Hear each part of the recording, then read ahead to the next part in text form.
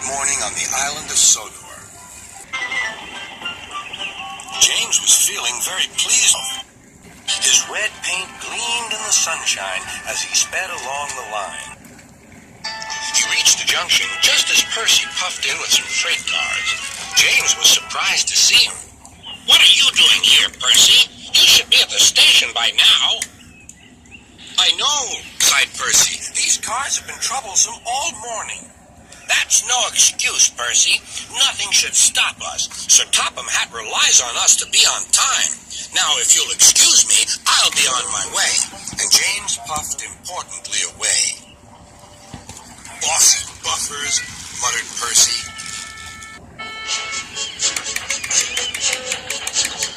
James arrived at the harbor. It was market day. The harbor yard was filled with the sweet smell of fruit from faraway lands. The fruit was delivered in big ships. James watched as strawberries, oranges, melons, and bananas were carefully loaded onto his cars. And he set off for the station on the main line.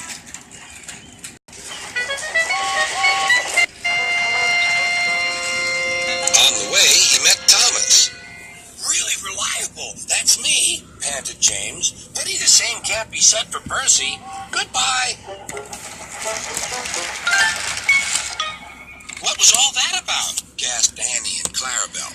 That was trouble. Trouble for James. Just wait and see. Percy was back in the yard and busy shunting. He had the cars in good order and was making up for lost time. But the station master had bad news. "What's happened?" asked Percy's driver. "James's brakes have jammed. We need Percy's help right away." Percy quickly set off to the rescue.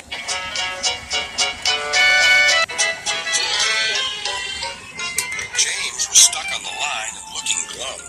Percy couldn't help laughing. "Got yourself in a bit of a jam, eh, James? A sticky situation?" "Be quiet. It's not funny having jammed brakes." "And not very reliable either. I'm surprised you let it happen, James. Nothing should stop us engines." "That's enough, Percy," said the driver. "Can you push these cars?" "Of course I can. There's no time to lose. James has done too much of that already." James angrily hissed steam as Percy was coupled to the cars. "Off we go," said Percy. "I'll have to go fast to get there in time. Those big engines are so unreliable." "Be careful, Percy," called his driver.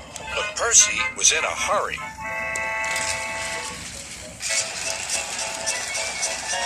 He didn't see that the switch had failed and that he had been diverted into a siding. "Look out, Percy," shouted his driver, and applied the brakes, but it was too late.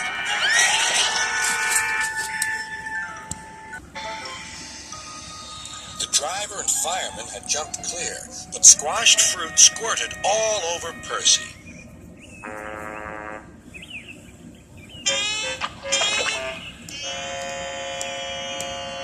Sir Topham had arrived. "Percy, you are not to blame for the switch failure, but I do not run a jam factory."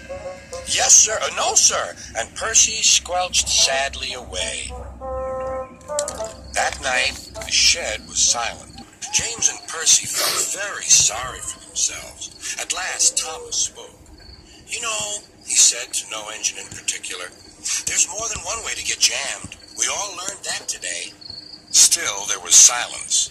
What's more, we also learned that sometimes when engines help each other out of a jam, things can still go wrong. "So," said a voice, "so that means we learned a lot today, and therefore..." Then came a chorus. "We're really useful engines after all."